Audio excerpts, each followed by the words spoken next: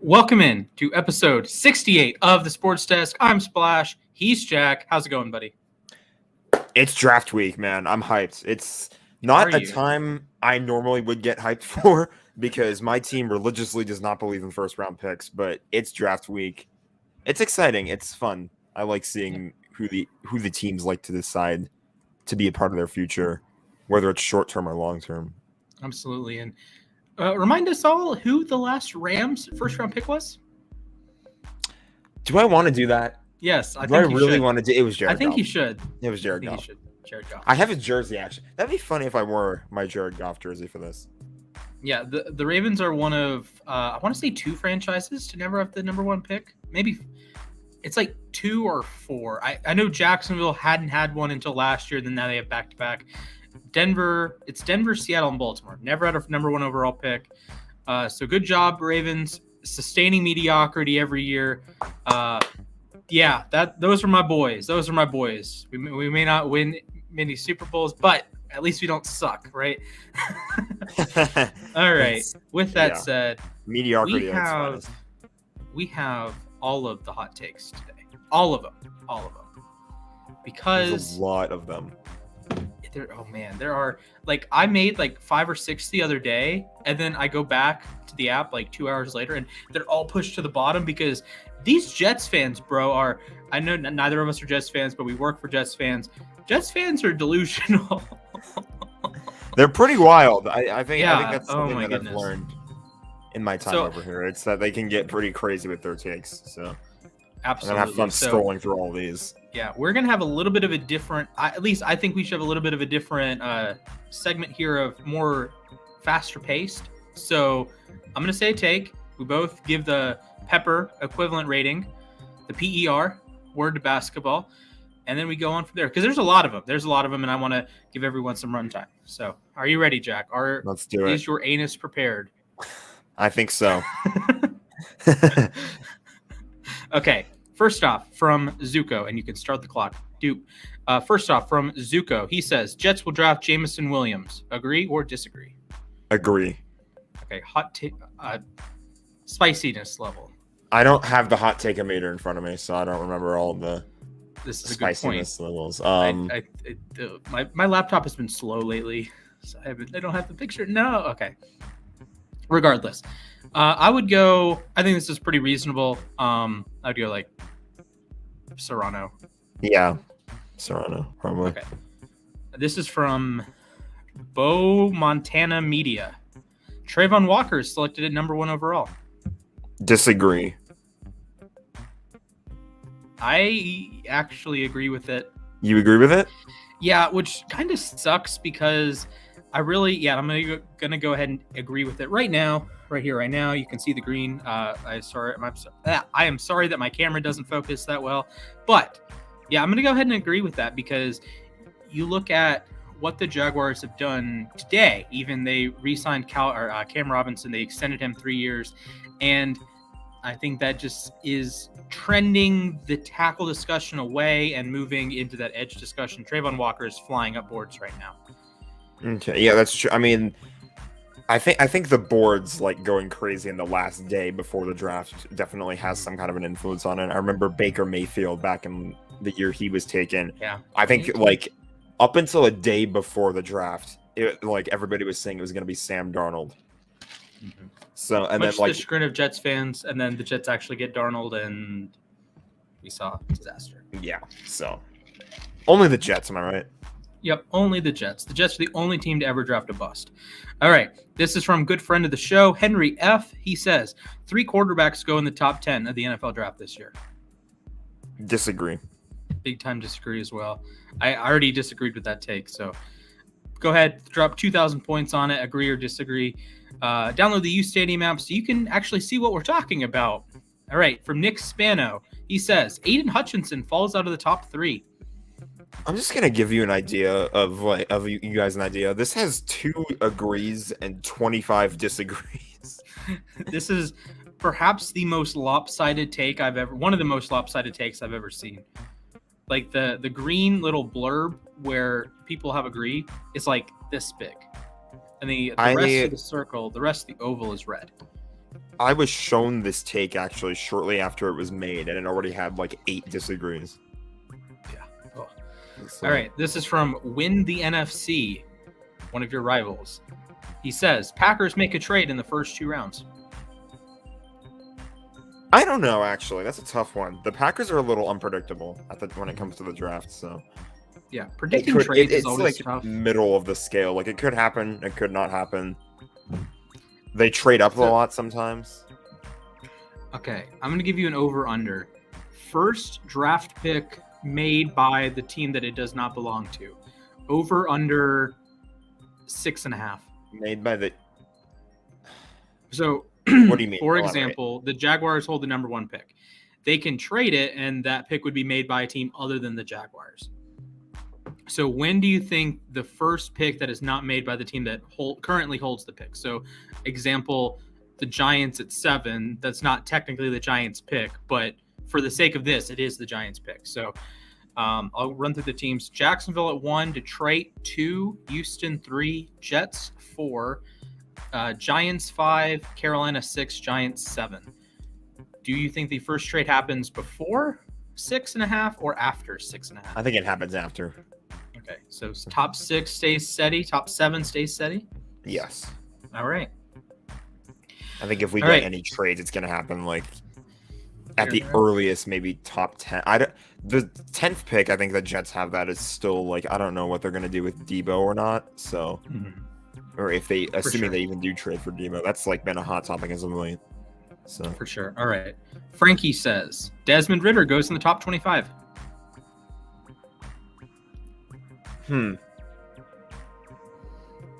You know what? I think I'll agree with this one. Yeah, I guess I see what Frankie sees in Ridder. I don't like Ridder particularly much. If I had the time to do my top ranking or my quarterback rankings like I was planning, wrote out a nice script for it and everything, he would have been my QB6, and I didn't have a first-round grade on him. But I do think teams are going to appreciate the fact that he does have 4 years of college experience. They're going to appreciate he played in big games. They're going to appreciate that he played well, even against Alabama. Like, he wasn't a disaster in that game. They're going to appreciate what he brings intellectually. And they're also going to look at that 4.52 speed and say, he's the fastest quarterback in the NFL. Well, by combine speed, of course, Lamar, Kyler, some others didn't run into the combine, but Ridder can move. I question if the game is changing. Mobile quarterbacks are definitely becoming big. So I do question the overall mobility because he isn't particularly agile. His speed numbers are great. Like, for a quarterback, they're like 90th percentile plus. The agility metrics are just kind of average, or just kind of like 60th percentile. So I don't think he's going to be a guy that you can deploy as a weapon in the run game. It's just going to be more of if he has 10 yards of green grass, he'll take up the 10 yards of green grass. But he's not necessarily going to make anyone miss. Yeah. All right, let's keep firing through. Toldem 4 says Eagles make another trade involving one or both of their first-round picks. Disagree. I kind of want to agree here. I think they could do some maneuvering around, maybe. They could. It's not out of the realm of possibility. Like, if you're, I don't know, let's say if you're Pittsburgh, why not jump to 15 and like skip out on New Orleans potentially drafting a quarterback? It's tricky because it's like when you're the Eagles, though, you have so much capital. I don't know.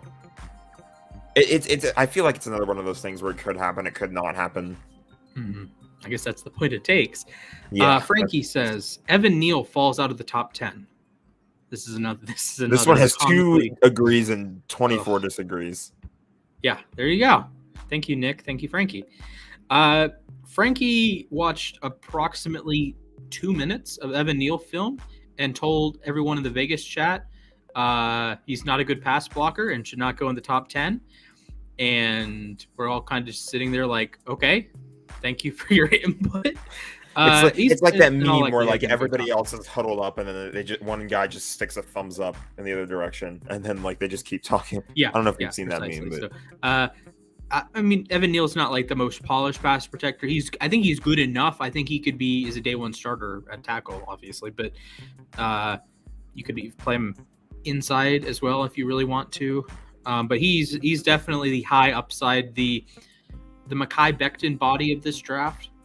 Just like Ikwonu and Cross are good athletes, great athletes, but Neal is one of a kind. All right, last draft take for today before we get into like all of mine. Nick L says both Matt Corral and Desmond Ridder go in the top 50 picks. I think it's pretty hard to see either of them being taken after 50. Agree. We the first round, maybe that's in question, but top 50, I think it's a little easier to agree with this one. Yeah, I think Seattle is definitely a spot, either at 40 or 41. They could go quarterback, and they're probably going to snap up one of them. Ritter's probably a first-round pick, as much as I wouldn't do that. But look, they're quarterbacks. Quarterbacks have tremendous value in the NFL. They're going to get pushed up draft boards, even if they don't necessarily deserve it. So, with that said, there's hot takes. Make sure you drop your take. Make sure you drop your take on the uSTADIUM app today. If you want some points, you need some points, go ahead, drop your username in the comments, and I will send you some points right now. Those of you who were featured in this video, by the way, are getting points. Yes, I can remind me to do that. I can do that while I'm sitting at the airport. By the way, folks, I will be live at the draft tomorrow, Friday, and most of Saturday. So I'm pumped. I'm going to be behind the scenes. Yeah, Jack will be behind the scenes at home base. So maybe you'll see me, maybe you won't see me, but I won't be in Vegas. So so there you go. Maybe one day we can have a you get together. We could do a.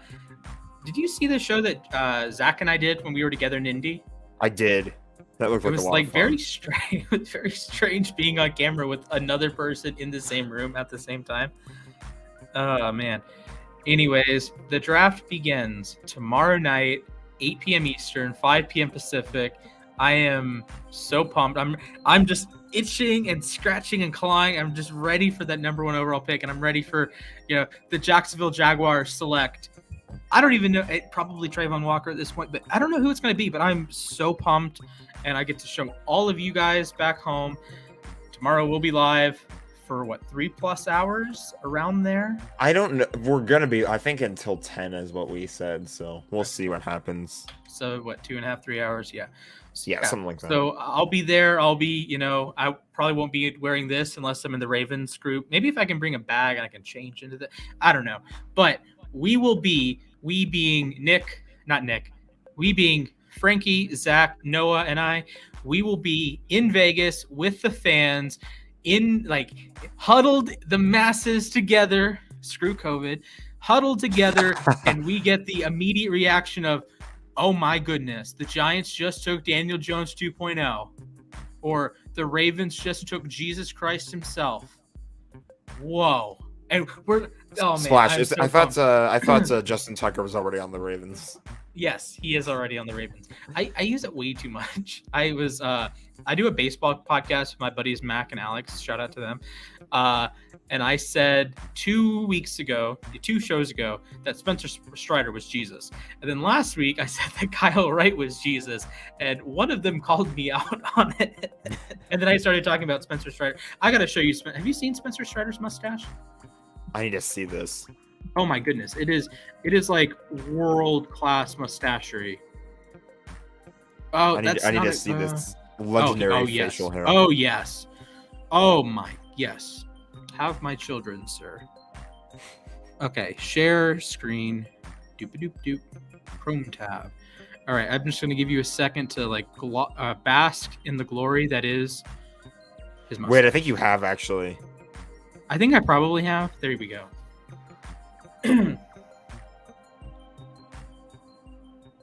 There you go, ladies and gents. I think I think it looks better with the beard personally. Really? But on its own, it's not bad. Yeah, definitely I think impressive. I think he would be in the all mustache MLB team this year. Yes. Right there alongside the USFL coach Jeff Fisher. Oh Lord, Michigan Panthers, right? Yeah.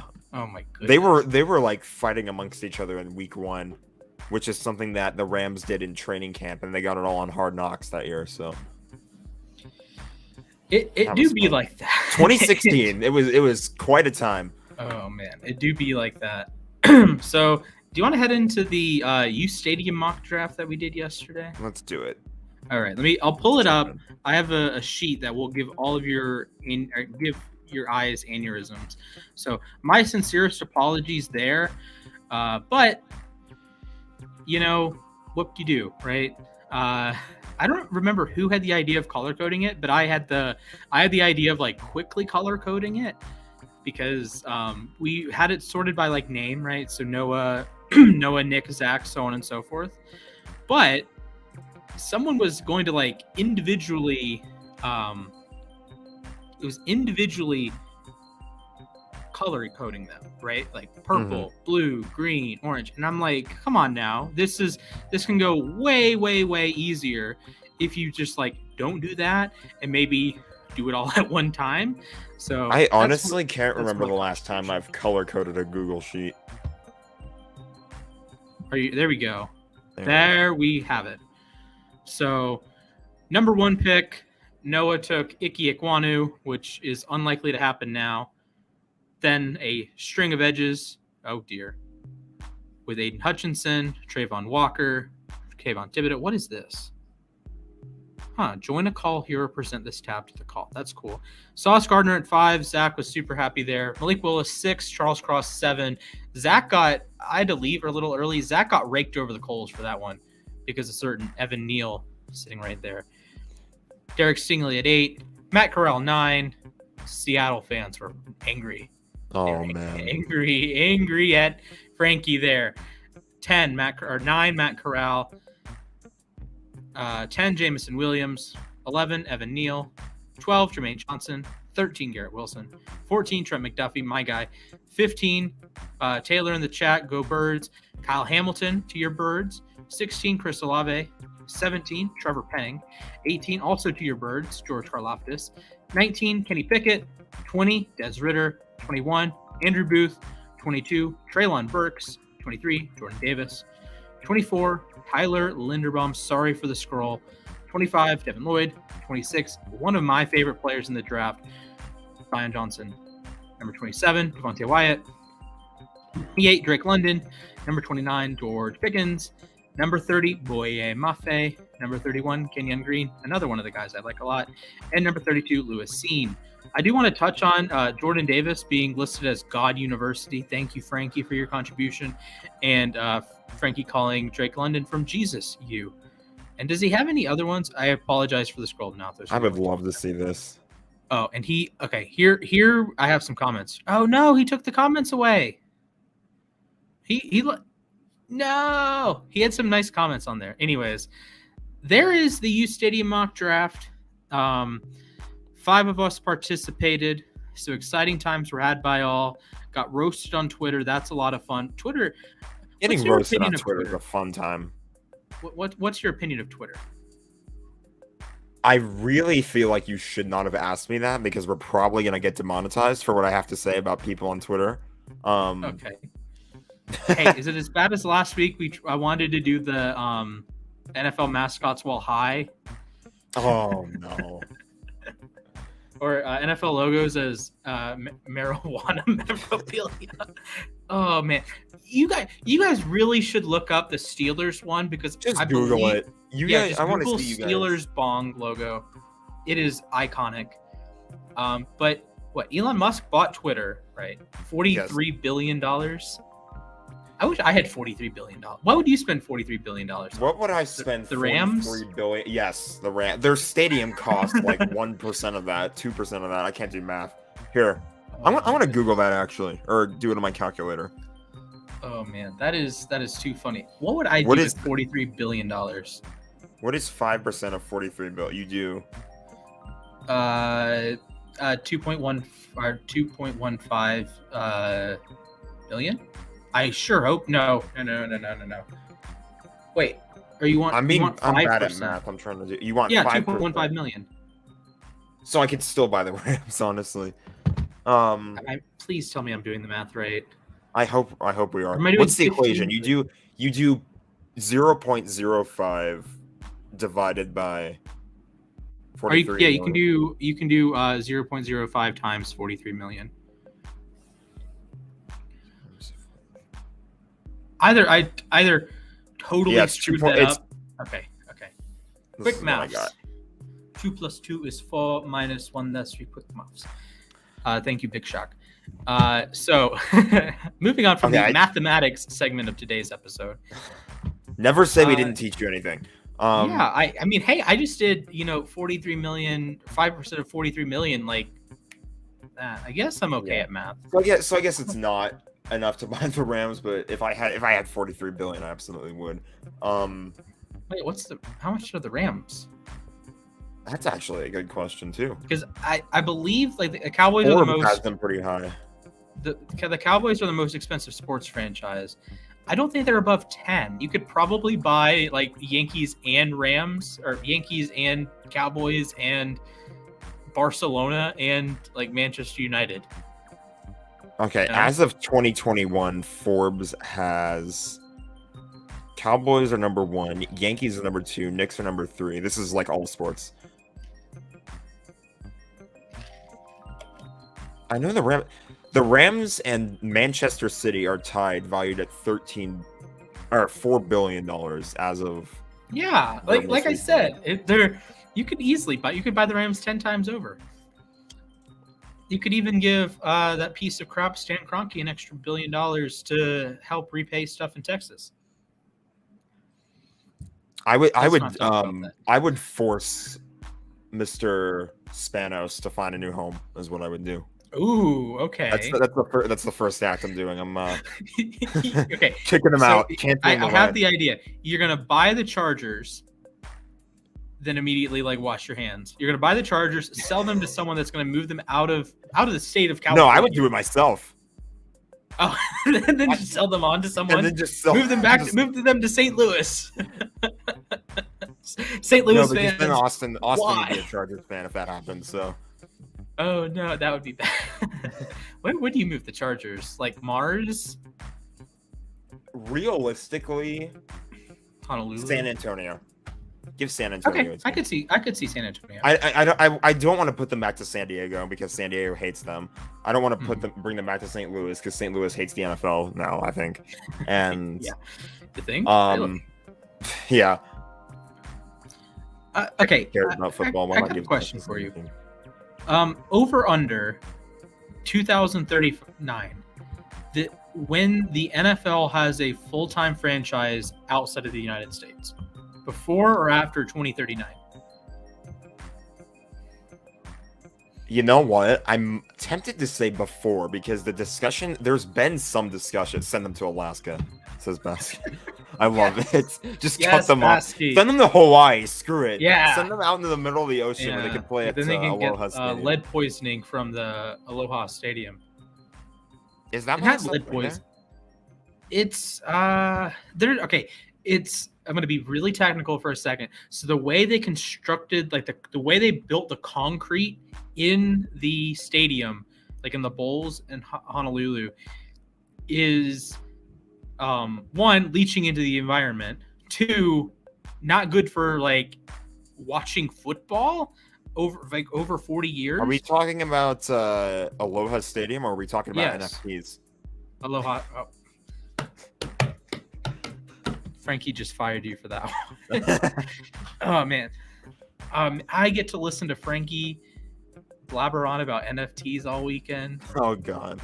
Oh no, he's gonna say, hey, Splat. He's gonna pull his best Gary V impression. Yo, pick up this NFT, and he has like the hand movement. I've obviously never met Frankie in person, but I would imagine he's like a very big like hand talker. I think I am. I don't know. I don't know.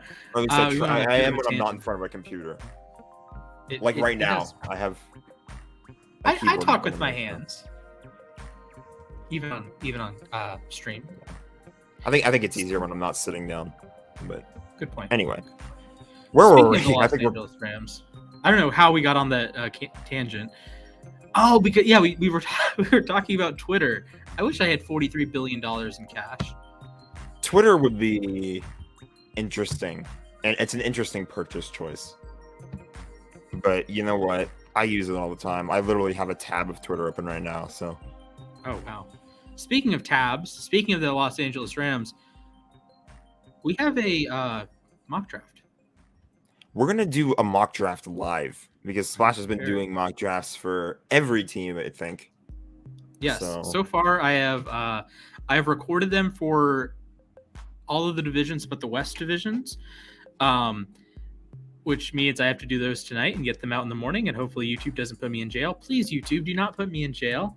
I appreciate you. Okay. Anyways, so Splash decided that since I was here, we're just gonna do the Rams one. Yeah.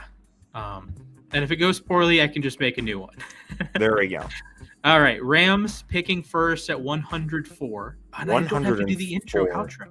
Nice. You can edit the intro outro. I could, yeah. Do you think I have the patience to do that though? Let me get back to you on that one. You should see some of the thumbnails I made. I clearly don't have any patience. Your thumbnails are really good, to be fair. I like the memes that you're throwing in there. That's okay. Ours will probably be something about not having a first round pick. Yeah, F-dem picks. All right, Rams. That's what it is. That's your thumbnail. Yeah, I know it. I like that. That was the second one I came up with. Yeah, that's it. All right, so here are the default settings: close to public board, less care for positional value, more draft for needs, less random. Let's go, and just wait for a while here. I can talk about some needs because PFF lists guard, center, linebacker, and corner. Yeah, I can agree with. I disagree with. Well, let's see. I think I just muted myself. I wouldn't say center. I like Brian Allen. I agree with linebacker. I think linebacker, they did just pick up Bobby Wagner, but I think a bit of more depth at that position definitely was a need for the Rams because it feels like as of late they've only had like one good guy at a time. Like you have Kenny Young was the starting linebacker or one Ravens of the starting legend, linebackers. Kenny Young. And he was kicking butt. And then he got shipped off to Denver. And then the Rams get Von Miller. You could have had Von Miller and Bobby Wagner in the same year, but Von Miller decided he wanted to make money and went to Buffalo. So, more depth, stronger linebackers I can agree with. And then cornerback, absolutely. Because Darius Williams is gone. He didn't really have a great year last year like he did in 2020. Jalen Ramsey, obviously, still there. But behind that, who else is there? Nick Scott, he plays safety actually, but he could, I guess, move to your favorite player in the NFL. I like Nick Scott actually. Who's he the got guy better. That you really don't like? I didn't like him, and then he got better in the year. I think it was David Long is the guy I didn't like. Yeah, okay, yeah. Because there's two David Longs. He had 2 pick sixes over the course of the year, but he didn't know how to tackle. He can't tackle anybody. So, I mean, we'll see. I want him to do good. I like the pick sixes, but you can't just be a starter off of pick sixes and nothing else, because how often does a pick six happen? Right. Well, unless you're Matt Schaub, then every week. So before we get into the Rams pick, I just want to express how frustrating this sequence would be as a Ravens fan. I like Jalen Armour-Davis. He goes to the Browns. I like Jelani Woods. He goes to the Eagles. I like Luke Fortner. He goes to the Dolphins. Jeremy Rucker. I like Jeremy Rucker. He goes to the Chiefs. Then the Ravens draft Najee Sanders at 100. I don't hate Najee Sanders, but I prefer the other 4 guys around him. It just gave you the absolute worst possible scenario. Yeah, I did a mock yesterday with the Ravens. I got Armour-Davis, Woods, and Fortner. Like, I got all 3 of them. Granted, I used a different board than PFF, but I got all 3 of them. And then this one, they go like all around the same area, and none of them go to the Ravens. And Marcus Jones to the Chiefs. I could think about getting a Khalil Shakir jersey. All right, anyway. The Rams are finally on the clock at pick 104. All right. Okay, let's see. They're obviously going to go quarterback, Carson Strong. Yes, QB1 out of Nevada. Boom. Draft. 100% he's going to start over Matthew Stafford week 1. Yes, he has a better arm than Matthew Stafford. Actually, he might have a better arm than Matthew Stafford. That's not even a joke. He is a rocket launcher. That could be ridiculous, honestly, because Stafford has an arm. Stafford has a hell of an arm. Get a two-quarterback system going. Have him like throw it back and forth. You mean like the Ravens did in that 1 year? Was it 2017 or 2018? I think it was 2018. Like when we would mix Lamar in when Flacco was playing, or when we had the backfield with RG3 and Lamar at the same time. Yes. Yeah. Okay. So in 2018, we would like mix Lamar in, but Flacco wasn't really he was on the field a couple times when Lamar was under center. Those are really awkward because Flacco just didn't try on the perimeter, which I understand you're a quarterback, but whatever. Then in 2019, we broke out the Heisman formation. That was Lamar in the gun, RG3 on his left, probably Mark Ingram. Yeah, Mark Ingram on the right because it's Heisman formation. And you immediately do the read option with Ingram. So Ingram either runs or you keep the ball. And RG3 is like curling back around the edge. And it's a pitch, like a shovel, or like speed option with RG3. And that was a really fun play call. Didn't work, but a really fun play call. Obviously, the Rams are not going to take a quarterback. How do you feel about a development? Please don't take another wide receiver. Don't say Kyle Phillips. Kyle Phillips, you're a UCLA boy. He's nice. He's nice with it. I'm sure he is. The Rams don't need another wide receiver right now. You're not wrong. Okay. How do you feel about taking a developmental tackle here? I don't hate it. I don't actually think. Didn't Austin Corbett leave in the offseason? I'm pretty sure he did. I want to double check that really quick. Yeah. Fact checking here on uSTADIUM. Make my professor proud. Is on the Carolina Panthers right now. Yeah. So yeah, why not? I like that. I like the idea of taking another. Right. I'll go through a couple guys I like here. Deesh. Oh wait, he plays tackle or center? Yeah, he's a tackle. Donovan West is a center. Deesh I forget whether Corbett was a guard or not. Yeah, Corbett was a guard. Can he shift? One of our guys, I feel like, can shift though. Yeah. So with Deesh, the profile is long-term tackle. I think he can play guard early. So, and who's your left tackle this year? Joe Nopum. Yes. Okay. And Joe Nopum is really good. He got a 3-year extension actually in the offseason. He absolutely deserved it. And then Havenstein's awesome at right tackle. Havenstein is insane at right tackle. Okay. So maybe I like the idea of going developmental tackle here. I know it's not the biggest need, but you can always have good offensive linemen.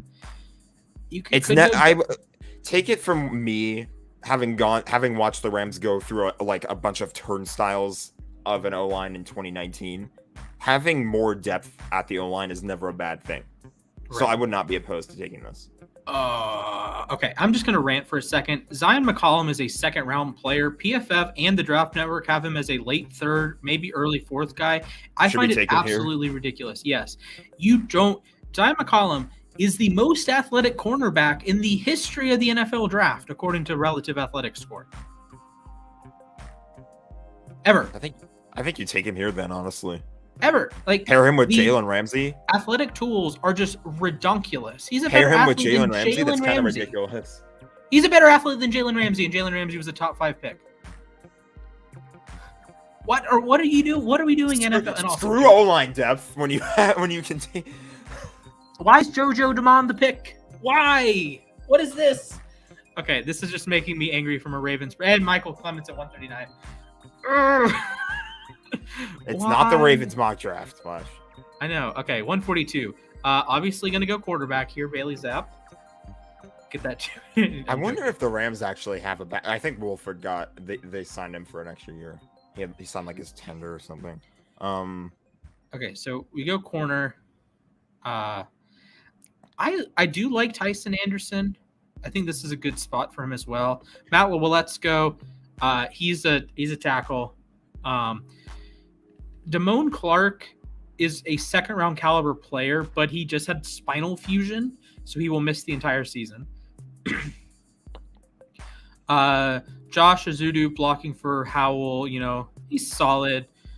I think he's a guy that you expect to be better in the pros than he was in college. I think this can be our developmental offensive line pick. Make up for the last one. Would you like Mr. Matt Waletzko? Yeah, let's take Waletzko. All right, Waletzko was the number 1 tackle athlete this year at a 9.89 raw athletic or relative athletic score. So he's a menace. All right, Rams are back on the clock. Josh Williams, small school but big talent. I touched on Ezeudu, Zach Thomas, Brian Robinson. You're probably not going running back. Curtis Brooks is a fun interior. He's been flying up draft boards. Jason Poe led all interior players with bench press reps. Mike McFadden has some cool tape. You're not drafting a quarterback. Keontae Ingram, I know you're not taking a running back, but local kid could get some juice in. Eric Johnson. Josh Johnson, not the Marlins pitcher. Yeah, another Josh Johnson. Tyler Beatty, Zach's man crush. Isaiah Thomas, not that Isaiah Thomas, or that Isaiah Thomas. Yusuf Corker, Christopher Allen, just an injury waiting to happen at Alabama, and he's probably a much better player than 186, but all the injuries. Jalen Watson, Chris Paul, not that Chris Paul. Hassan Haskins, boom. I kind of want to take linebacker here. Okay. Or do we take Arazia? Not with 175. Ariza, sorry. Arazia. I don't know why. Arazia. You want to take? I always read it too fast. Are you ready? You want to take punt god? Do we take the punt god with pick 175? This is round. You know what? It's round 5. We need a punter. Bring him in. Punt god. Let's go. Punt god. Let's go. We get a punt god sighting here at pick 175. We do need a punter. So PFF is going to give that an F real quick, though. Screw you, PFF. All right, back-to-back picks here. Josh Williams, Zach Thomas. Back-to-back, okay. Saquandre White, Tyler Chandler, Curtis Brooks. Rustin is probably going to trade one of these, so. Good point. We can trade. Would you like to trade? What do the Eagles want to give us? They want to give us 237 for 211. You'd probably throw a 7th next year in it. Maybe 2 7ths. Maybe a first. I'm kidding. Let me get I can't think of his name. Oh, JJ Arcega Whiteside. Oh man, imagine that. So you trade 237, 2 7th, and JJ Arcega Whiteside. I think this is a fine trade. Although then you get set up with back-to-back picks later in the round. Is it? Wait, this is Arcega Whiteside going to the Rams? Is that what you're saying? Yeah, 237 and 2 7ths would go to the Rams for 211. Doesn't Whiteside play tight end? Oh, he plays tight end. Yeah, he just transitioned it over to tight end. Oh, okay. I was gonna say, doesn't he play wide receiver? Yeah, he used to. He definitely used to. I remember this because I remember Darius Williams intercepting a pass that was intended for him. I don't know what the Rams tight end situation is. Obviously, Higbee is the starter. I think Kendall. My guy. Yeah, my guy, Bryson Hopkins, big Super Bowl. Oh yeah, I know Rams fans love Bryson Hopkins though. So yeah, the Rams are good at tight end. Yeah, go ahead. Let's see. I feel like the Rams would trade this one, or one of these two. But I love me some Marquise Bell. Who do we need still? We have Matt Ariza. I'll say his name right. Probably could still use a linebacker here, in my opinion. All right, let's check out the LBs. Jack Sanborn, probably going to go a little bit higher than that. DeMarco Jackson, Nephi Sewell, yes, Penny's brother. Darian Butler, the Zimbabwean man himself, Nate Landman. I got to check this because I believe he's from Zimbabwe. I know he's from... Yeah, Harare, Zimbabwe. So shout out to Zimbabwe. McKinley Williams, Jeremiah Gemmel. He was a much higher prospect than here. Merlin Robertson, Balin Spector, Isaiah Graham Mobley, Jake Hansen, Chance Campbell, Josh Ross. Any players tickle your fancy? What is ADP again? Average draft position.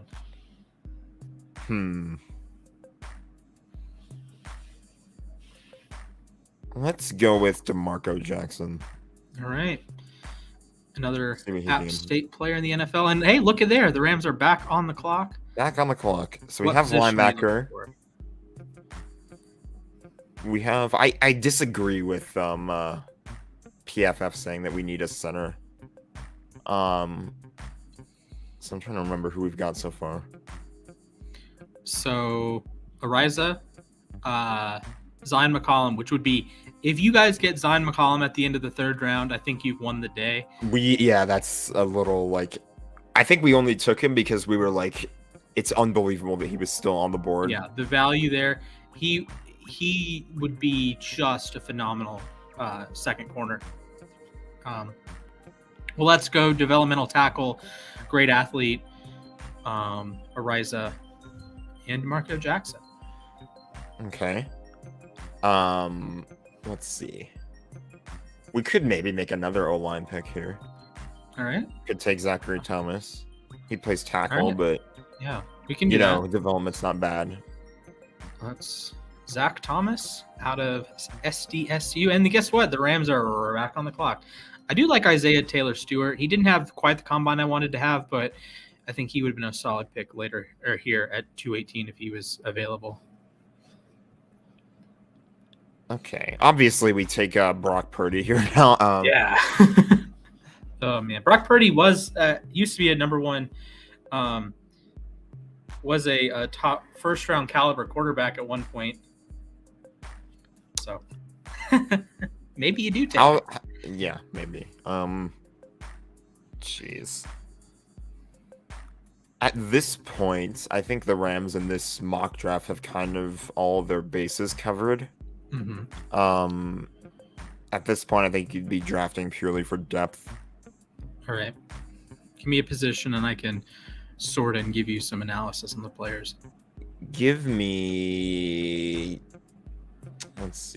some more O-line, though. I want to see some more O-line. All right. So offensive tackle, interior. All right. Vidarian Lowe, Illinois, tackle. He's a grown man. He is, I believe, going to be 23, 24. Apparently he has a son already, so he has that dad strength as well. I don't think he's going to be like... Oh, breaking news. It looks like Arizona has just picked up the 5th-year option on Kyler Murray. Shocking. Stunning. Oh, my goodness. He totally didn't say the other day that he wanted to stay a Cardinal, so... What? It is to be fair, it is breaking news. It is breaking. It just happened. That's better breaking news than a lot of the breaking news. Cordell Volson, good athlete. Took a while to develop at NDSU, so there's that. Ryan Vandemark, the second best player on UConn this year. Doug Kramer, Josh Sills. How high are these centers ranked? I want to look at the centers. All right. I think maybe we go back up just in case. Doug Kramer, Josh Sills, Michael Maietti, Ben Brown, James Empey. I think take Doug Kramer here. All right, Doug Kramer. I think maybe just get. I've been speaking highly of Brian Allen, but I think maybe we can. I love this pick behind him. I love Aziz, not Aziz, Sezi. Also Okay. Christopher Allen there, great pick. Cole Turner. 2 picks left. All right. We obviously draft a kicker at this point. You could. We're not I guess you do have reigning actually good NFL kicker, Matt Gay. So there's that. There is. I'm really kind of in the dark at this point. Like I know these guys, like a 10-page thesis on why they're going to be the next like Jalen Ramsey or anything. Yeah, exactly. And we think we have the guy who might be the next Jalen Ramsey already. So yeah, oh man, McCollum is just a sensational athlete. You're going to love watching him. He is in theory going to be good. Hopefully. Yeah. Gotta wait until you see it, but yeah, absolutely. Yeah, so here I would look at Josh Williams. You could also look at a Jack Sanborn. Marquise Bell as well. Just get good players with depth that could be undervalued, right? Even Noah Ellis. So Josh Williams is from a non-Division I school. Noah Ellis is from an FCS school. Can take Jack Sanborn. There's like 10 Wisconsin linebackers. Connor Hayward. Josh Williams here, then I guess. New to the position. Marquise Bell used to play at Maryland, actually. So you want Josh Williams? Let's do it. All right, Joshua Williams out of Fayetteville State. He was at the Senior Bowl. A lot of cornerbacks here, but yes, that's the way we roll sometimes. All right, and with the final pick of this mock, Brock Purdy, Marquise Bell, Caleb Ellaby. Ellaby is kind of cool. Josh Sills, Jaylen Warren Jr. I got Marquise Bell. All right, Marquise Bell. Ring-a-ding-ding that Marquise Bell. What a time to be alive. He'll be playing for the Rams, and we'll be saying that. Yes. Oh, God. How bad was this draft? Well, I'm going to guess a C+. Actually, no, it's probably higher than that because of the late round picks. I'm going to say B-. What's your guess? C. Just a straight C. Wow, they don't like the Mccollum pick. They give it a C. They give Let's Go a B-. They give Ariza an F. I told you they would. Zach Thomas got an A+. Wow. They get a B for DeMarco Jackson, a C- for Doug Kramer, an A for Josh Williams. There you go, and B for Marquise Bell. How happy would you be overall? Okay. Yeah, how happy would you be if the Rams actually did this? I would be satisfied. Obviously, Zion McCollum, if they took him, I would scream. That would be ridiculous. I'm telling you, 10 out of 10 athlete. If two of our first three picks were McCollum and Ariza, I would be like through the roof excited because Ariza is like perfect Johnny Hekker replacement. Mm-hmm. And then McCollum, him with Jalen Ramsey on the same field in the same backfield is just absurd. Man. That is just freaky athleticism. All right, well there's some. The rest of these guys give us good. Send me that image, by the way. The rest of these guys give us good. What's it called? Good depth.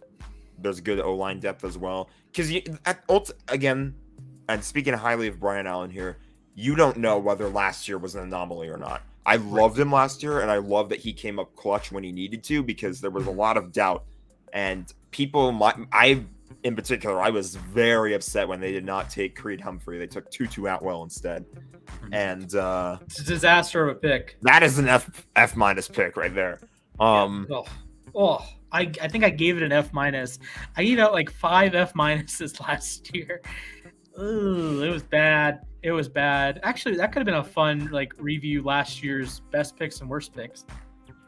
I would have screamed Tutu. We can do that maybe next year, or maybe next year. I'm gonna definitely share that image with me. I'm gonna see what people think.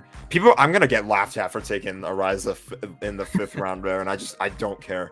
He's what we need. I don't care. All right, so there we go. We have the Rams mock.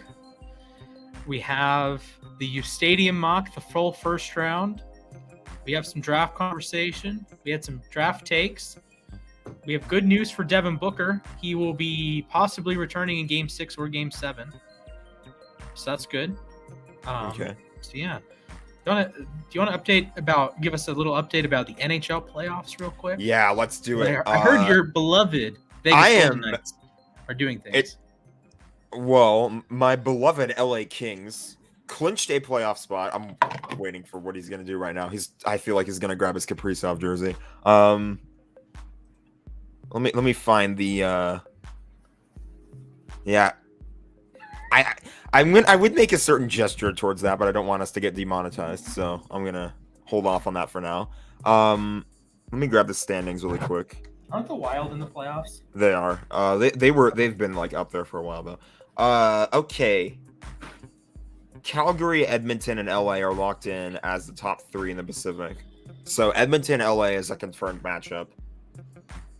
St. Louis, Minnesota is a confirmed matchup. And Colorado's the 1 seed in the Central. Right now, remind me what you're referring to, by the way, Austin. I think you're talking about St. Louis, but I'm not. Probably the draft? Oh, yeah, Tutu Atwell. Yeah, when we took Tutu Atwell. Yeah. Okay. So, the last wild card spot, this might actually be the last spot in the playoffs that's up to be determined right now. It's down to the Dallas Stars and the Vegas Golden Knights. Dallas has 95 points right now. They're 4 points ahead of the Golden Knights with 91. Both of these teams play tonight. The only scenario in which Vegas can stay alive is if they win in regulation, or if just they win, if they get 2 points, and Dallas loses in regulation. If Dallas gets a point, Vegas is done. So two games left? Vegas has 2 games left. Both teams have 2 games left. Mm-hmm. Literally any scenario other than Dallas losing in regulation and Vegas winning. Anything else happens, Vegas is done. Okay. So what 1 to 10 scale, how good of a chance do you think Vegas has to make the playoffs? Do you think it's possible, or is it like Dallas is playing Florida and Vegas is playing like the Red Wings, or is it the Vegas has a real I know that here? Vegas is playing the Blackhawks tonight, I'm pretty sure. Mm-hmm. So they're probably going to win, honestly. I bet on Chicago. Maybe they'll put up a little bit of a fight, but I would imagine Vegas does well against Chicago. Mm-hmm. Who does Dallas play? I want to double check. I can pop that up. Dallas plays against... Oh, God, they play against the Coyotes. I don't think Arizona's got much of a chance. I think I'd give Vegas maybe a 2 out of 10 chance of staying alive. 2 out of 10. All right. Also, rest in peace, Guy Lafleur. It's not that Vegas is going to do bad against the Blackhawks. I think they have a solid chance of doing well. But there's a good chance the Stars are going to destroy the Coyotes. Do you want to know what Hockey Reference says the playoff chances are for Vegas? What do they say? 1 in 200. Yeah, they're done. Again, I think it's only because Arizona. What's the tiebreaker? Is it? That's a good question, actually. If they both end on 95 points, is it? I wouldn't imagine. Get ready for some literature. I'm going to take a deep breath here. If 1 or 2, if 2 or more clubs are tied these fools just lost. What? Vegas just lost to Dallas. I didn't realize that. What? Yeah, that happened last night. Oh my goodness! That's Vegas, what clinched the Kings. Vegas, you had it. Then you would really. That was actually against San Jose because Timo Meier scored the tying goal. So San Jose was down 2-4 against the Golden Knights. And then the Sharks scored twice within the final 2 minutes, or not 2 minutes, 5 minutes. In the final 5 seconds is when Timo Meier, or I think it was actually a buzzer beater. He scored the game winning or the game tying goal to send it to overtime. So fewer number of games played. That doesn't matter if they end the season. Second tiebreaker is greater number of games won, excluding games won in overtime or by shootout. Okay, so I'm going to find that real quick and see. Okay, so Western Conference right now, Dallas has regulation wins. Okay, Vegas has 33. 42. Okay, Vegas has more regulation wins than Dallas does. They have 33 regulation wins. Okay. Dallas has 30. Right. So we figured that out. If it comes down to that, Vegas would win that tiebreaker. I'm surprised it's not a head-to-head tiebreaker, but I guess. Okay. So yeah, like I said, if Dallas loses in regulation and Vegas wins, then it doesn't matter. Or Vegas, that's their only chance of them staying alive, is what I mean. Mm-hmm. Anything else doesn't matter, they're out. The East, I think, is pretty much... I don't know if seedings are set, but we look at the East really quick. Set. So Florida, Toronto, and Tampa are the top 3 in the Atlantic. The Metro, Carolina, Rangers, and Penguins. And the wildcard teams are Boston and Washington. And then repeating the West, it's Calgary, Edmonton, LA in the Pacific, Colorado, Minnesota, St. Louis in the Central. Nashville is the only wildcard team locked in. Did you know that the Coyotes are scoring under 2.5 goals per game this season? See, the Coyotes are their own mess right now. Should I talk about how they're about to be the Chargers of the NHL? And how they're going to play in an undersized stadium with, like, ridiculous prices? Oof. Yes, feel free. Yeah, because they're basically, for whatever reason, the city of Glendale decided to kick them out. Mhm. So they're done playing in the Gila River Arena.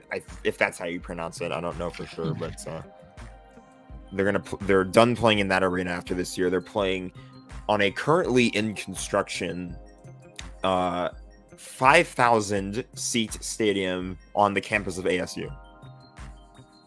So let me just find this really quick. I think is it? I know it's Forks down. No, it's Forks up, but I would obviously say Forks down. Arizona State Forks down. Fear the Fork is what this. I'm gonna bring up some concept art really quick. Okay, Bear Up Forks down is hilarious. So this is concept art of what of what the place is going to look like. Very intimate experience, and prices are kind of ridiculous. And this isn't even like a hockey, like this is a multi-purpose venue too. So like they can just take the hockey rink down and like I don't even know. It's just and the thought of an NHL team playing here, like, and they might not even sell that well either. Like that's why I'm comparing them to the Chargers, because like remember when the Chargers played at Dignity Health Sports Park, which is like 27,000 seats or something like that, which is nowhere near the size of NFL stadiums, and they were barely selling anything. And I'd say that's more of a fan interest thing rather than prices, but this is definitely, I think, both, because already the Coyotes are barely selling seats right now. There's they want to build a new stadium in Tempe. There's no plans for that right now. That's gone nowhere. At what point does the franchise just relocate?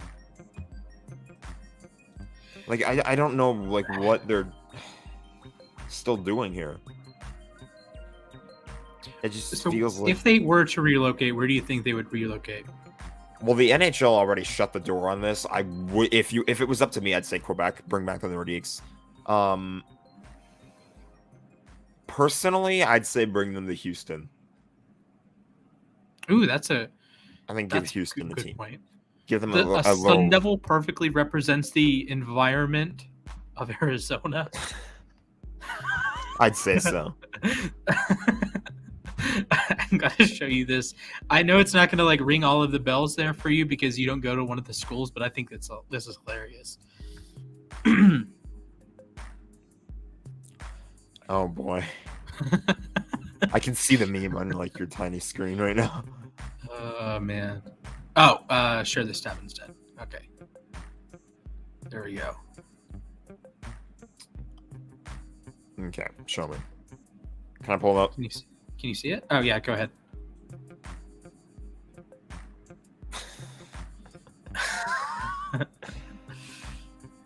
Bear down. Students don't even know what it means. Bear down, go Cats. Where even is Tucson, Lamau? To be fair, I learned where Tucson was because the Coyotes AHL affiliate plays there. So the Roadrunners? Yes. Yes, sir. Go Roadrunners. All right, there's my Arizona ASU propaganda for today. There you go. Anyway, Forks down. That's your hockey playoff update. It's pretty much down to Dallas or Vegas. I think it's pretty likely that Dallas gets it, and it would be the first time in franchise history that the Vegas Golden Knights missed the playoffs. It's a very, very short franchise history. They've only been around since 2017, but for a team that made the Stanley Cup final year one, that's quite a fall from grace. Did I tell you that I have a Vegas Golden Knights beanie baby?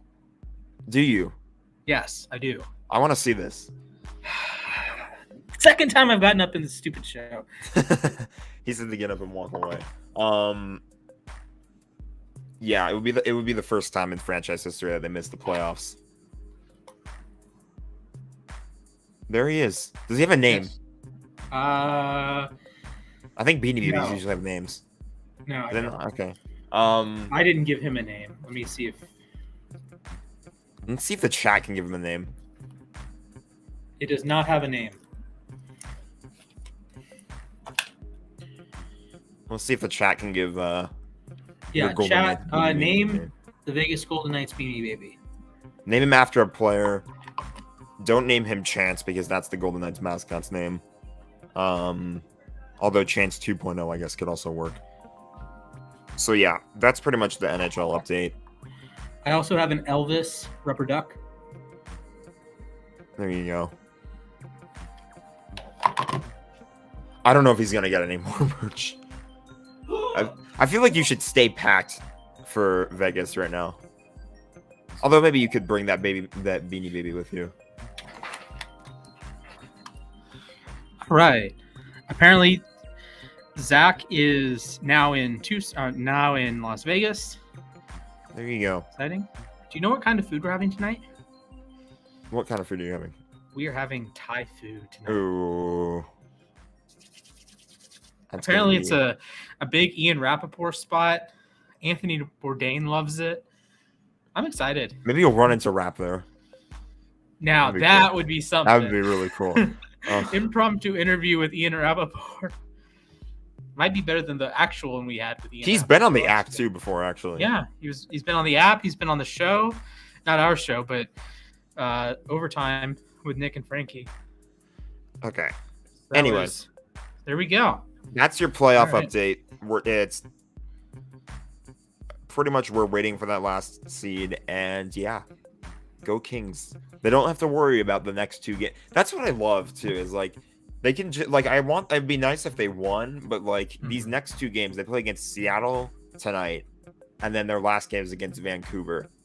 I want them to beat Vancouver because I hate Bruce Boudreau. But what about the Church of Elias Pettersson? Is that still a thing? Might, and Connect's Twitter will say it's a thing, but meh. That's all I can say. Is there a church of any Rams players or Kings or Lakers? I feel there like there is a fan club on Twitter for Trevor Moore.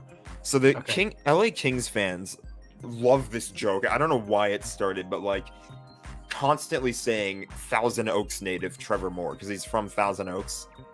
So everybody just constantly, like, every time they say his name, they say that he's from Thousand Oaks. So like when I say like blank blank legend, like insert player, like I don't know, like how we always say Ravens legend Michael Brockers. Yeah, a Ravens legend, Rod Woodson, even though he's very clearly a Steelers legend. I guess he did win a Super Bowl with us, so he would be a Ravens legend. But yeah, Kings fans always say Thousand Oaks native Trevor Moore. Okay, I have a question. I apologize in advance if he gets us demonetized. What active athlete would be the best cult leader? I'm like in deep thought over that. What active athlete would make the best cult leader? Also, first shout of out all, to my mom, Fleury, for the name. Fleury, who is currently the Minnesota Wild goaltender right now. That was probably one of the stupidest trades in Golden Knights history. So, it isn't. Even Robin Tom Leonard's Brady's sister. Yes, this I think is the correct answer because he has the whole TB12 stuff and he has the the avocado vodka. Gridiron Heights made a joke about it, I think, at one point too.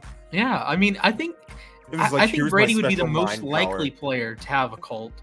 I don't know if he would be the best at it. He'd probably be carried to a couple cult championships by his cult defenders, but he doesn't play for the Indianapolis Colts, by the way. That's true too. Oh man. So I guess that makes Matt Ryan the answer. I'm gonna ask that on uSTADIUM real quick. I'm looking forward to seeing the reply. Post it. That's gonna be the first thing I ask Zach. Hey, how was your flight? Great. I had a question for you. What active athlete would make the best cult leader? Okay, here we go. What active athlete Any would sport. make the best cult leader? All right, we're gonna throw that in all 20 or all 32. Oh my goodness. I don't know what my answer would be. My answer would probably be, I think LeBron could have a pretty solid cult following. LeBron is a good answer. The legit Brady is a good answer. Connor McDavid is probably a good answer. Oh dear God. We have to play him in the playoffs, so that'll be fun dealing with that. All the Connor McJesus fanboys. Hey, yeah, there you go. Juan Soto, I think, could have a solid one. And they just all like dance and they all like do the crotch grab in unison, like he did against the one pitcher. They all walk everywhere. No, you know what everybody loved was when Joe Kelly with the nice swing. You know what? Like when he made the face of the Astros player. Like, yeah, that was pretty funny. Oh man, what mascot any sport do you think would make the best cult? Like Gritty. if you had to Gritty? The best cult leader? Yeah. Gritty. Okay. I think the Philly Fanatic's a good one too. No, it's Gritty. Oh, so they both in Philadelphia. Philadelphia. Honorable mention to the Pittsburgh Pirates mascot that used to sell cocaine. The players. We need to do a video about that. Just best mascots. The best and the worst of mascots. The thumbnail's Gritty. We're putting Gritty on the thumbnail. And it'll be like it'll be a deep fried Gritty meme. It's like the Five Nights at Freddy's logo. Yeah. Like with the animatronic bear. Yeah. That's the most I've ever said about Five Nights at Freddy. Wow. Okay. I made that reference. It would be like just that, but it would be Gritty instead of the bear. I think that would Henry, if you're listening, if you're watching, you know what to do. Make that a thumbnail. Yeah, you know what to do. Make it better than my thumbnails. That'd be some solid nightmare fuel. Oh boy, Alberto. Shall we do an NBA playoff update? Yeah. All right. I think I can cover this one. Here we go. This one, yeah. Go nuts. My Cleveland Cavaliers were robbed of a playoff spot. That's all I have to say. But in all sincerity, currently where the heck is it? Currently, the Hawks have been eliminated by the Heat. Heat won in 5 games. The Grizzlies on a jaw-dropping Morant buzzer beater. First of all, I know you're going to have the conversation. Let me finish the Grizzlies game. Okay, all right. Morant had a crazy 12 minutes and 15 seconds. At the end of the third quarter, he had the dunk of the playoffs and then got immediately upstaged by Ian Eagle, which you're about to say. And then in the fourth quarter, 1 second left, he flips in a game-winning, not a buzzer beater, but a game-winning shot. Unbelievable. Also, the Suns won last night, even without Devin Booker. They take a 3-2 series lead. Moving into other series, believe it or not, the Brooklyn Nets got swept by the Boston Celtics. They are out of the playoffs. What a surprise. Yeah, what a surprise. They are out. Unbelievably. The Warriors lead the Jazz 3-1. The Mavericks lead the Nuggets 3-2. The Suns lead the Pelicans 3-2. The Grizzlies lead the Timberwolves 3-2. The Heat have 1-5 over the Hawks. The Bucks lead 3-1, I believe, on the Bulls. The Sixers lead 3-2 on the Raptors. And there we have it. I think I got it all. And the Celtics swept the Nets. All right. Give me the Iron Eagle. Yes. Iron Eagle is when Jim Nantz eventually retires and CBS needs a new number 1 play-by-play guy for the NFL. It's going to be Iron Eagle. Or I guess when TNT needs a new lead play-by-play guy for the NBA, it's going to be Iron Eagle. This dude is on another level. What was it, jawbreaker quote that he came up with on the fly was just like, oh man, you cannot script that. No, actually, I guess you probably could come up with jawbreaker Or jaw dropping. And then he's just like wrote it down and it just like hopes that he says that something happens with jaw in the game. But that was actually, yeah. Oh man, the ease. I talk about sports a lot. I have an hour plus show every day or every week.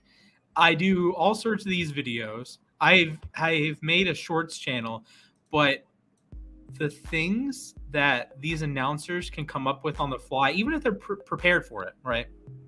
They come up with these puns ahead of time. It's just awe-inspiring to me, and that's one of the coolest jobs in sports. Yeah, I would love to do play-by-play if I ever got a chance. Hey, you know what? I'm gonna do it for the Madden tournament that we do eventually. So. Oh man, I'm super excited for the Madden tournament. I'm excited for the World Cup. This is such a great year of sports. It is. I'm hyped. Oh boy. Here we go. Oh boy. We have. Let me do an introduction. We have former Colgate superstar defensive lineman, noted Evan Neal disrespecter, and John Harbaugh's least favorite person, Frankie. My man, what is going on? What's up, guys?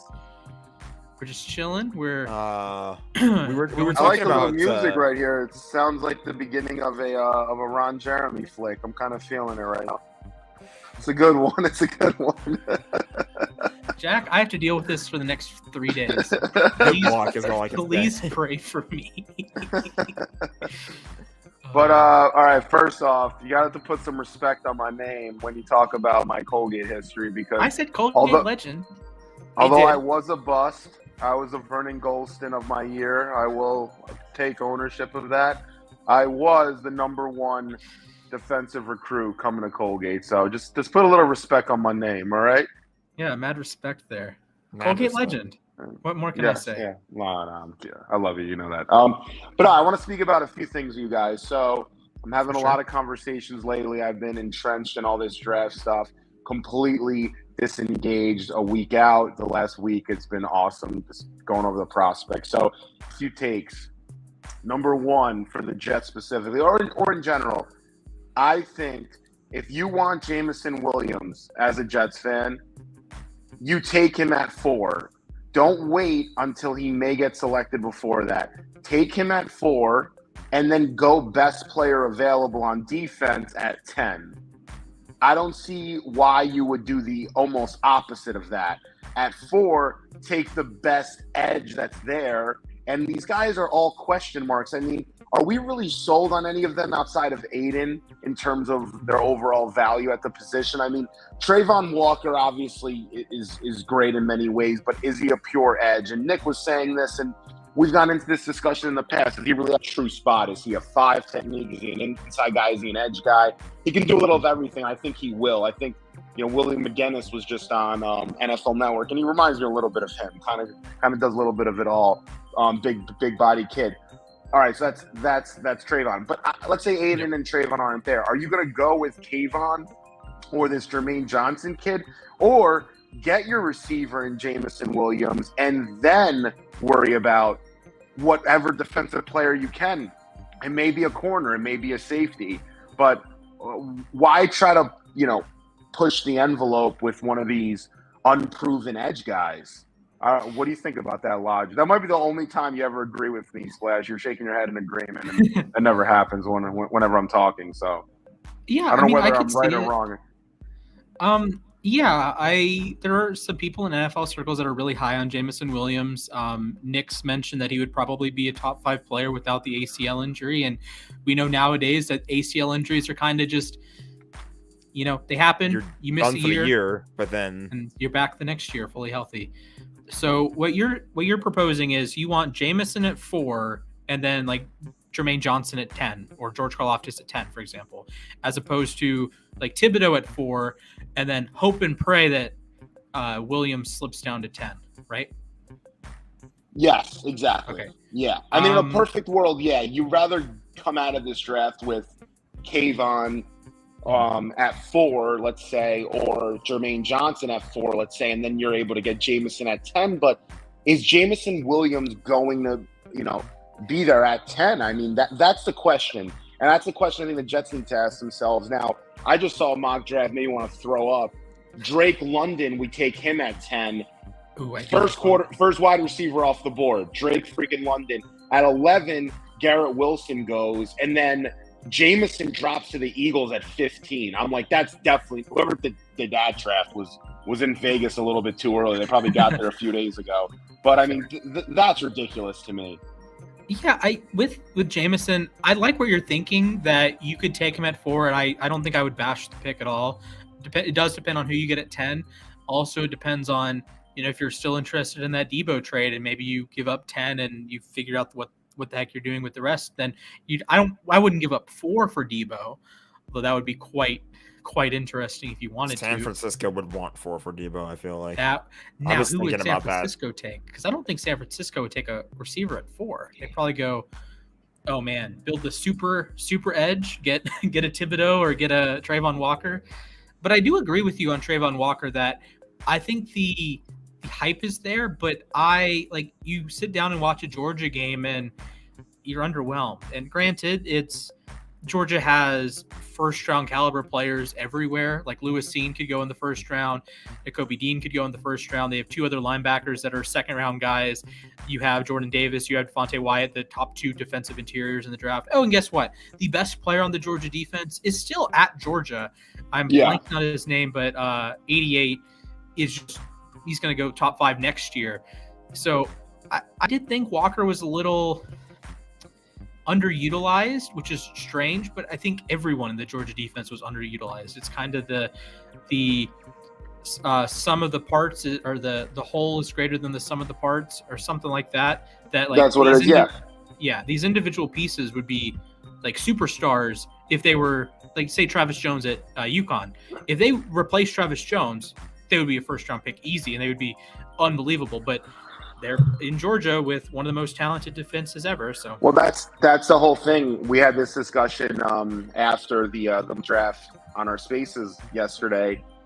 With the Georgia defense, you have Trayvon Walker, you have Jordan Davis, you have the other kid. Who's the other tackle? The Devontae tackle. Wyatt. Although I will say Wyatt has some off the field stuff that could cause him to drop. He's a true first round guy in my book, but off the field stuff, I don't want to get into that. Yeah, you have that, and then you have him, and then you have Nakobe Dean. Now, when you're going up against a defense like that, what are you doing with your guard specifically? Because it could be the case that Jordan Davis is requiring a guard and getting double teamed, which frees up Nakobe Dean. Or on the other side, Nakobe Dean's so good that you can't use your guard to double up or your center to double up on Jordan Davis. So you're making him go up to the next level to block Nakobe Dean, which then frees up Jordan Davis more. That's the whole thing with the Georgia defense, like you're saying. Out of those 3 kids, let's say, or 4 with Wyatt, who is really going to be a stud at the next level? Because that's what it's about. They're not playing together where they go next, to your point. Right. They're individual. I think, in my opinion, just ranking them out at their position, Jordan Davis is a better D tackle than Trayvon is at edge, than Wyatt is at D line, and then Nakobe Dean is at linebacker. Then maybe Nakobe Dean at linebacker is better than Trayvon is at edge. Nakobe Dean's amazing. How many people realize how good he was? He's my linebacker one. Yep.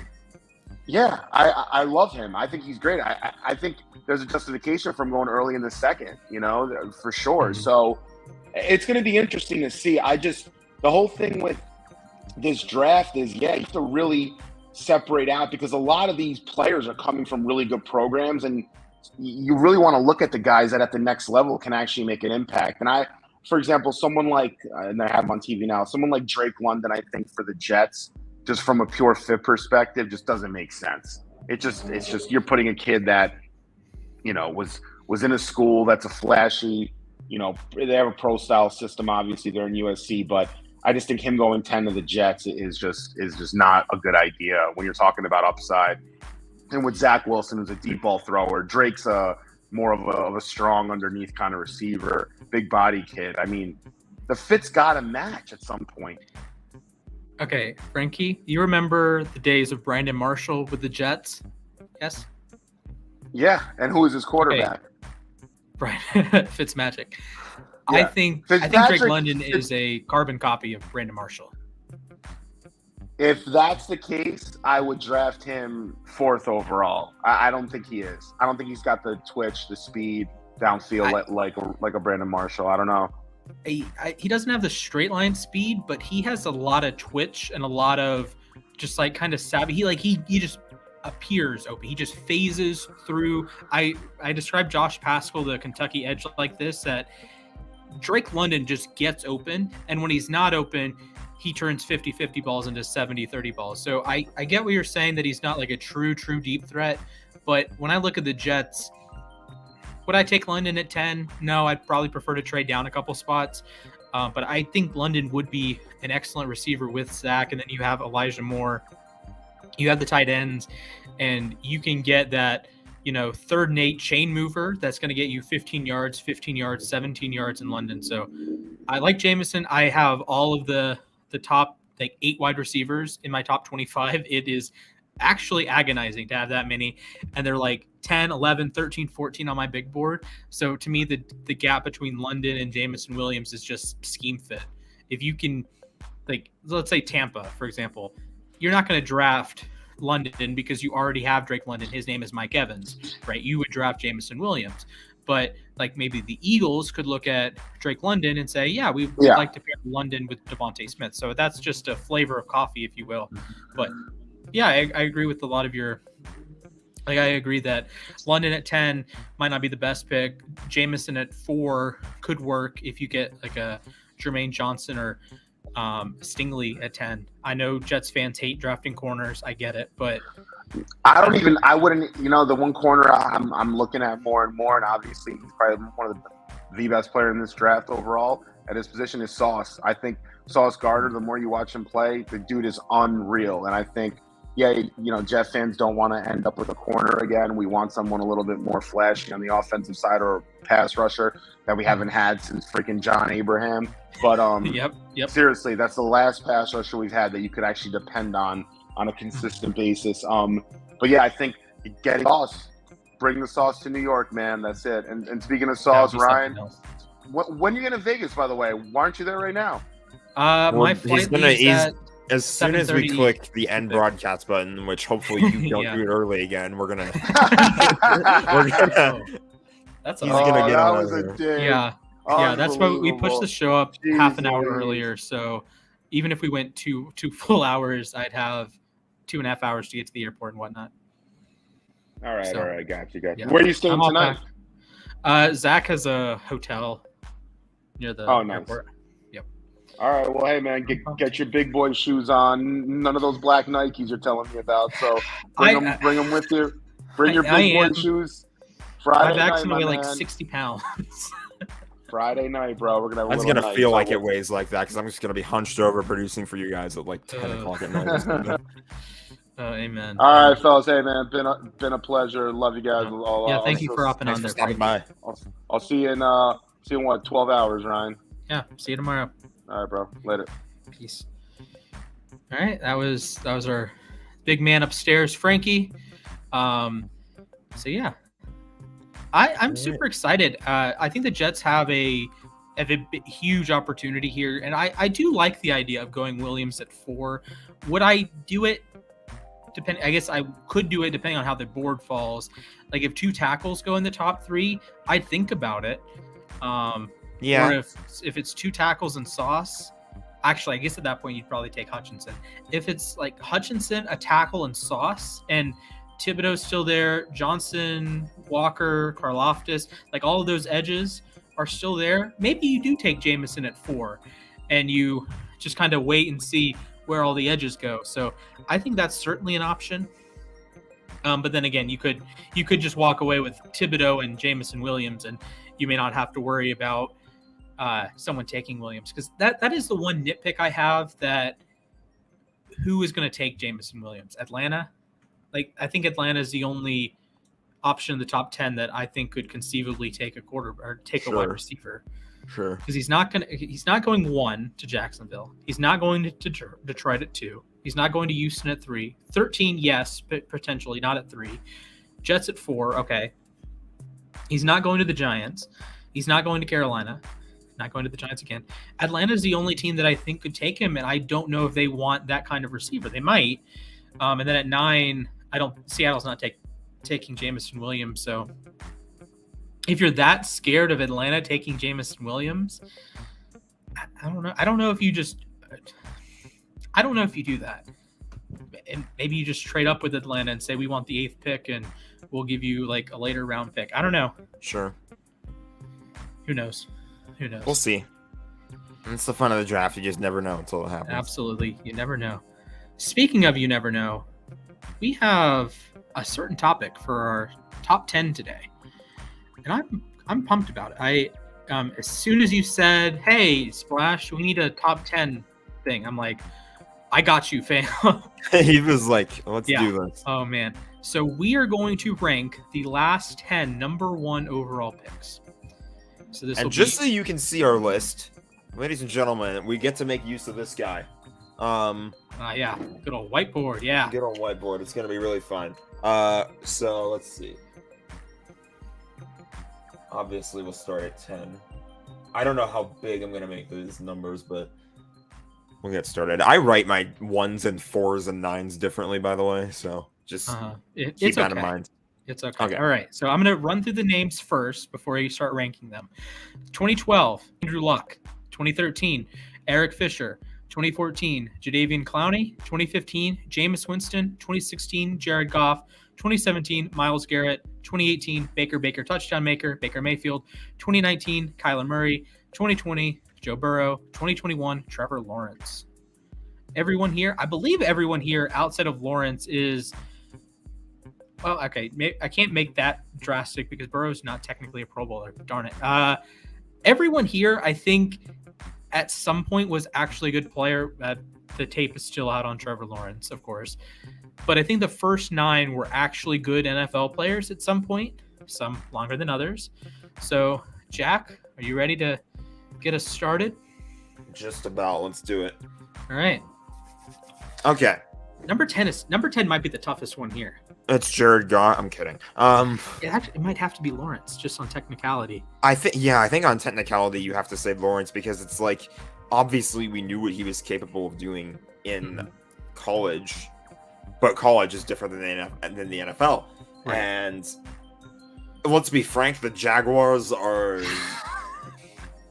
This isn't even like the run-of-the-mill Jaguars. This is the Urban Meyer Jaguars. Yeah. This is a new, so it's like new animal there. My goodness. So I think based on technicality alone, we have to put Lawrence at number 10.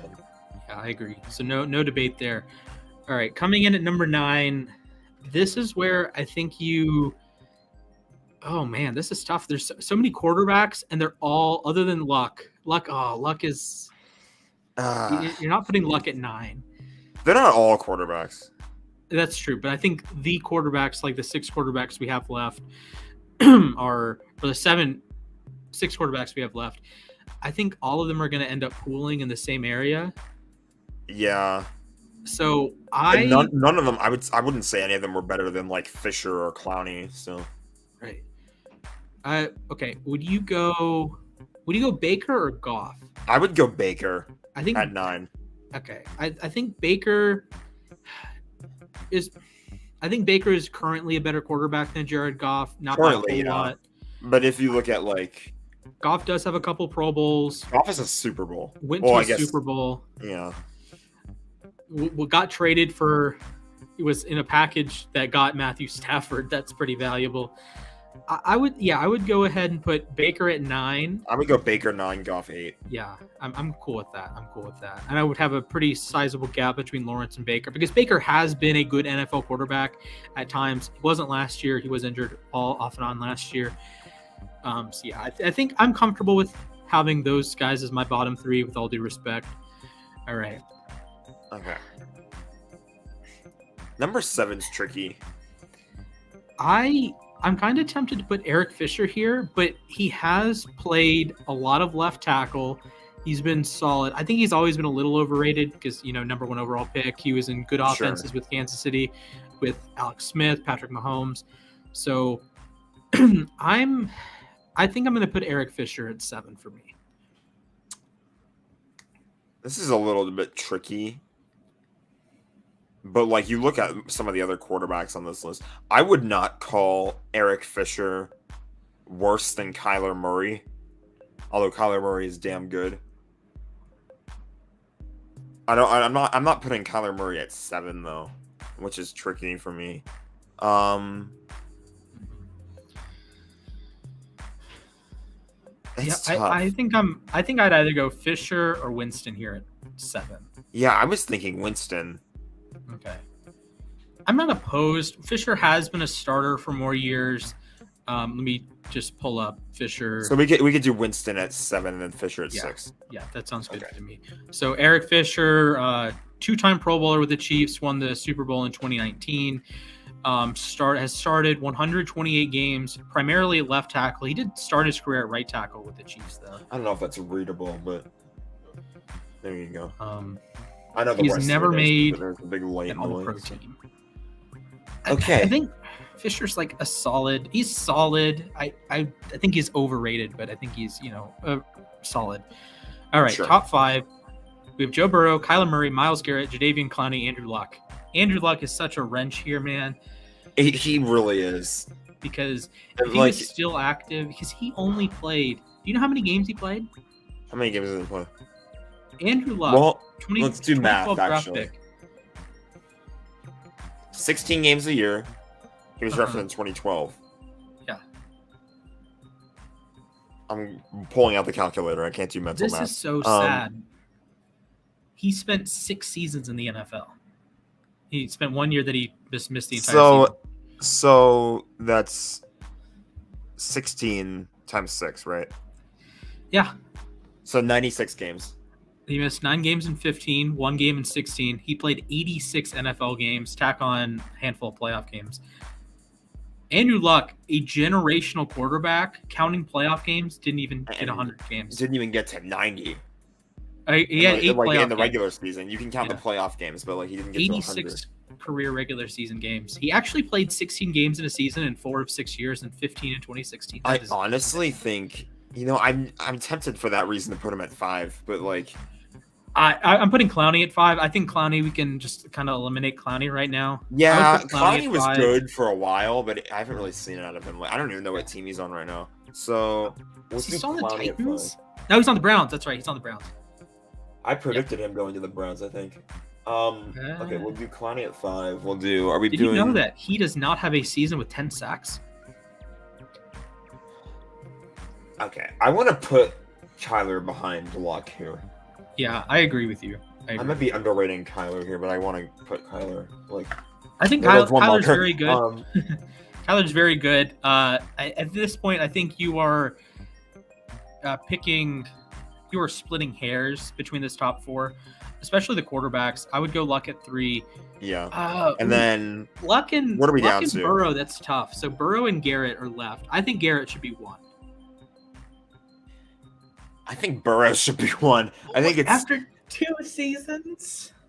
Yeah, that's true. The sample size is tiny. Oh man, that is tough because Garrett's like a top 5 player in the NFL. Burrow's not there yet. There's an argument he's not even a top 5 quarterback right now. That's true. I mean, he could be there though. So yeah, he could. I'll tell you what. If we revisit this list a few years down the line, assuming our show lasts that long, which hopefully it does, we can revisit it. Maybe Burrow is a shot at 1, but for now, I can agree. We'll put Burrow. I'm going to go Luck over Burrow. I think the longevity factor, as weird as it seems with Luck has more than 1 good season. Burrow has 1 good season, 1 great season, and 1 good playoff run. So he had 1 short season, so it's he was looking good. Lawrence. I would go Lawrence. I'd go Lawrence, Goff, Baker, Fisher, Jameis, Clowney, Kyler, Burrow, Luck, Garrett. Okay. Subject to change, of course. I suppose they're pretty similar, but yeah. Yeah, I guess. Yeah, we're close enough. So yeah, that is our top 10 of the previous 10 first overall picks. And then I'm just gonna run through some guys before that. Okay. Cam Newton, former NFL MVP. Sam Bradford of the Rams, of course. Matthew Stafford, future Ram. Jake Long, Jamarcus Russell, Mario Williams, Remember that one time I forgot that Jamarcus Russell was the first overall pick? Oof. That Alex was Smith, a fun day. 2-time Super Bowl champion Eli Manning, Carson Palmer, David Carr. Just 20 years. David Carr is 21st round, number 1 overall picks ago. Michael Vick. Oh man, Courtney Brown, Tim Couch, then Peyton, then your guy Orlando Pace. There we go. And we get to see a new name on that list when I open up Pro Football Reference Friday morning. We will have a new name on that list. And we're going to put him somewhere within this top 10. I'm totally kidding. Above Trevor Lawrence. As teammates already. I really don't know if we're going to see Trevor Lawrence, do that well in the NFL if, he's stuck on the Jaguars for as long as he is. Because it's obviously we know that it was Urban Meyer Jaguars, so it's yeah, I think he gets a pass. I'm fine with giving him a pass year 1. For sure. But now it's you got to kind of figure your stuff out here, so. For sure. So, anything else you want to touch on today? Let's see. We touched on, I think we actually covered it all. Yeah, I think so too. I think we had a pretty economical time. We even had a time for a Frankie segment. I wasn't expecting that. Yeah, I wasn't expecting that either. He showed up and this whole thing still lasted under 2 hours. So I'm satisfied. Although we are approaching our beloved 100-minute mark. We are. So. But I think it's time for you to pack up and yeah, I think get ready to head to Vegas. Bring your Vegas Golden Knights beanie, baby, because why not? Should I? I don't see why you wouldn't. I could. You could. All right. Anyways, thank you guys for watching. Make sure you like the stream, subscribe to the channel, ring a ding ding, that marquee bell, word to Jack, so you're notified whenever we go live, whenever we post random stuff. I've been doing a ton of team mock drafts. We have a new intern with us, and he's gonna help us out with some baseball content in May and moving forward. So I'm super excited. It's a great time to be alive. The NFL draft is tomorrow. And all the build up. We've been building up to this. It is 1 day away. It is Kyler Murray days away. It is I can't think of a Raven that's worn the number 1. It is Deshaun Jackson on the Rams days away. Allen Robinson is wearing number 1 for the Rams. He's wearing 1 now? He's wearing 1. That's going to look weird. You know what's weird? Cam Akers, they actually just announced today that Cam Akers is going to wear 3. And it sent all of Rams Twitter into pandemonium because they're like, oh, God, that means OBJ is gone. That had nothing to do with OBJ. They announced They already announced that he was switching to 3. I think OBJ is going to wear 13. They already announced that, assuming he stays, that Cam Akers was going to switch from 23 to back to 3. Yeah, that was the plan. But like Nike was going to make him, or the NFL was going to make him pay a bunch of money. So it's that's what the rule was. If you did it the first year, you'd have to like buy out the rest of the inventory. Second year, they have some years to plan. And then there's also that kink where like if you already wore it in a game, then you can't switch it again for the rest of the year. So if I'm imagining, I would like to think that OBJ stays with the Rams. If he does, he's going to wear 13 next year. Cam Akers is going to wear 3. Sony Michel almost wore 14. That's as a running back. Not a running back number. No. Also, did you know that Rashad Bateman is changing his number from 12 to 7? It makes me uncomfortable. Why 7? I don't know, because he wore 0 in college. We are living in a strange world, ladies and gentlemen, where NFL players can wear single-digit numbers at different positions. Oh my goodness! Now I'm angry because it was 0 after the whole George Floyd incident. Like he was like 0. I forget what the exact reasoning is. You can find it, but like after 2020, he changed his number from 13 to 0. Okay. I don't know. We could find a lot of different things about a lot of different numbers. Yeah. I'm going to find it. We're about to hit 100 minutes just because of this number discussion. This is true. Well, there's nothing. I mean, I love me some numbers. I do too. We could talk about them all day. Did you see the tomfoolery that happened at in the Tigers game last night? What happened? Oh my. Okay. So I'm going to set the scene. Bottom of the 9th, 1 out. Tigers lead by 1 run. Runners on first and second. Miguel Sano whacks a ball into right field. Robbie Grossman, he's going back. Off his glove. 1 run scores. And then absolute chaos, total screams, explosions happens. The ball gets home. The runner coming from third to home gets caught in a rundown. So he's going back and forth. The and pickle, then, as I like to call it. Yeah, Mr. Miguel Sano has a bright idea to run from first to second and just totally screw over the guy between second and third because he can't retreat to second base. So Gio Urshela has to run down the line to third base, and Eric Haas, the Detroit catcher, throws the ball into left field, like right in no man's land, like strong enough that it goes past the third baseman, not strong enough to get to the left fielder. So, yeah, 1 run scores, 2 runs score, Twins win, Tigers. I can't. I need to see a highlight of this. I can't wait. Yeah, talk to Chandler. He has one. So that was what made me mad. But you know what makes me happy? Sports. That'll be the end of today's episode. And remember, everyone, Super Bowl champion Aaron Donald trains with knives. We'll see you next week.